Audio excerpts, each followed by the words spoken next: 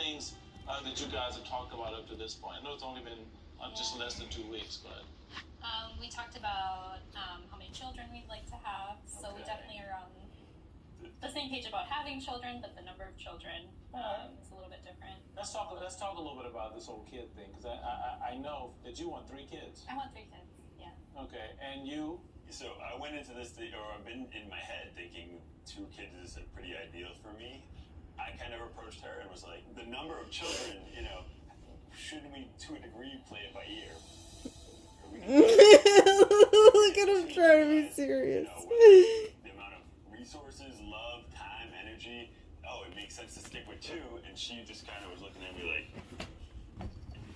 that's it on 3. For me, it's also like, I don't know if a child requires even more energy than we had planned. We can't just, we got to do 3 because we said so, or, we just don't know. There's so many unknowns. What do you think about that? Or are you still set in stone that it must be 3? There's a lot of things that I will budge on and that I will compromise on, but this is something that You won't compromise on? No.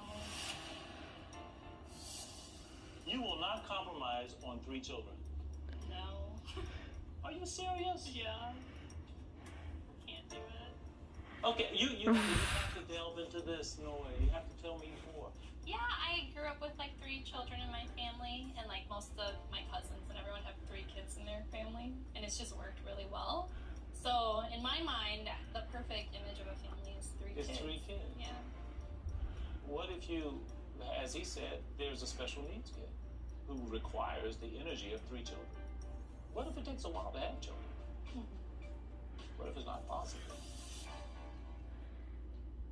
Do you understand what I'm saying? Mm-hmm. How does that factor in your hopes and dreams? I mean, I hadn't thought about that, but... Yeah. No. Well, that's what this analytical dude is here to help you out.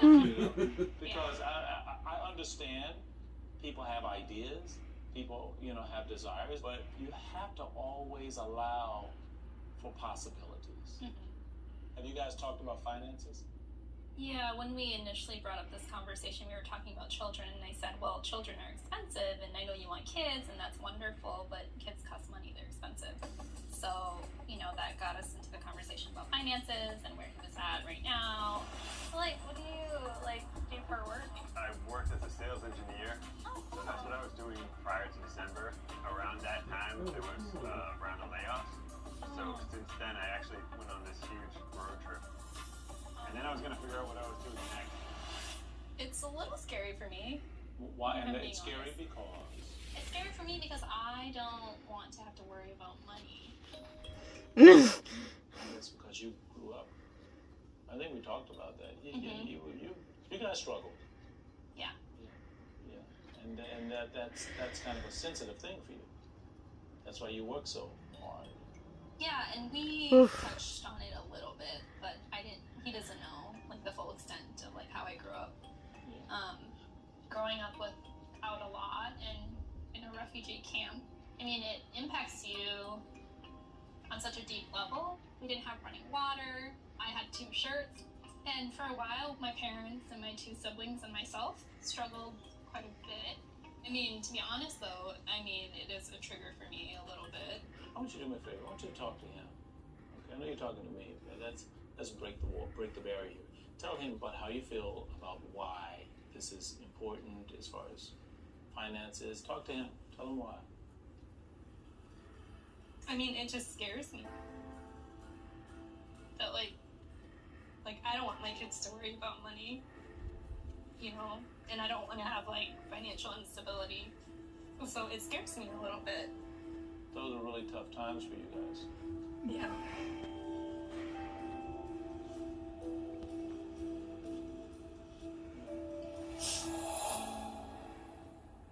I've explained the opportunities I currently have with self-employment, from website design, logo design, and photography. But I have options. As far as making money goes, I'll always be able to make money.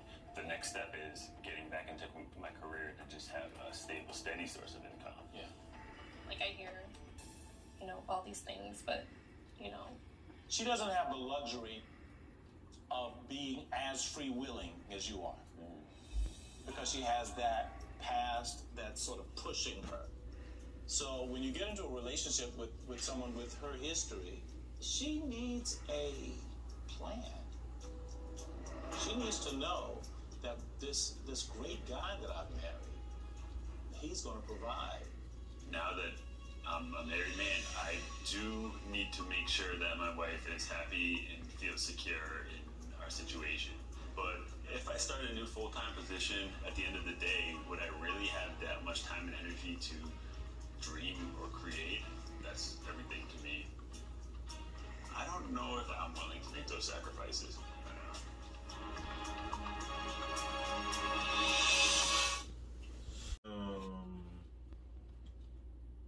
Like, he's like, okay, I guess you just, like, kind of were poor or something and you're sad about that. Like, maybe you just need to learn to not be so materialistic. And she's like, I have PTSD from growing up in a refugee camp, and I can't actually talk to you about it yet, but it's actually informs everything about our relationship, kind of. You know, it's like, it's really important to her that he gets a job because of that, and it's like really important to her to never go camping, obviously, because of that. Like, you know, and he's just like, but I really like camping, and I, like, can make money or whatever. I'm not worried about that. I don't want to have like, ugh, full-time job, ugh. And like, there's just that they're really missing that key piece of information. I wonder how that would change his attitude. And yeah, I don't know. I think, like, the stability of the freelance market also is something that, like, people don't really understand. Like, I don't know, like, logo design and website design, like, that stuff pays a ton of money, and people always need it.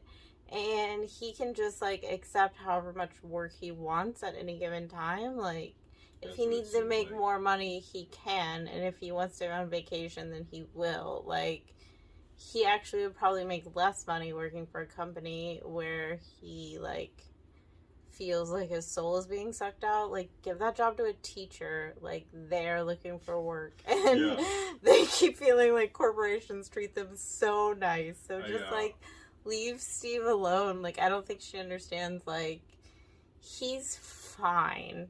He's put away a lot of money, probably. And seems like it. Does he, like, just live in, like, a cool apartment downtown somewhere? Yeah. Like, it's not cheap to live in Boston. Like, no, I think he's fine. He's got, like, nice stuff. Yeah. Yeah, I don't know. But, like, come time for paternity leave or whatever, like, she's gonna be so happy that he's freelancing and not, like, just gonna miss the birth of their child because of some meeting or something dumb. Like, no, it's actually, like, better for family planning to have way more control over your work. Yeah, I wonder, too, if, like, in order for him to, like, really be able to make more money, if he would, like, in a corporate setting, if he would have to, like, basically work a lot more hours or, like, sacrifice a lot of things that are, like... Well, he was in sales before, so he'd probably, like... I don't totally know what that means. I don't know what that means either. I don't know what any of those words are, actually. But, like, a lot of times in those jobs, if you get really good at it, then what you do is you become a manager, which you're not good at because you're actually really good at that other job. So then you're... You do know about that. I've done that. How was that? That was terrible. It's terrible. You hated all those jobs. What, are you really good at this? Now make other people do it. Yeah.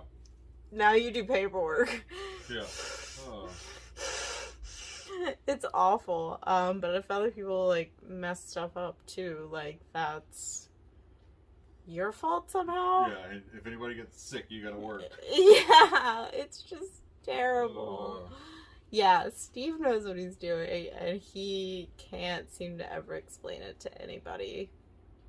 But I really think that he's okay. He's not just, like, a drifter. Yeah. He seems like too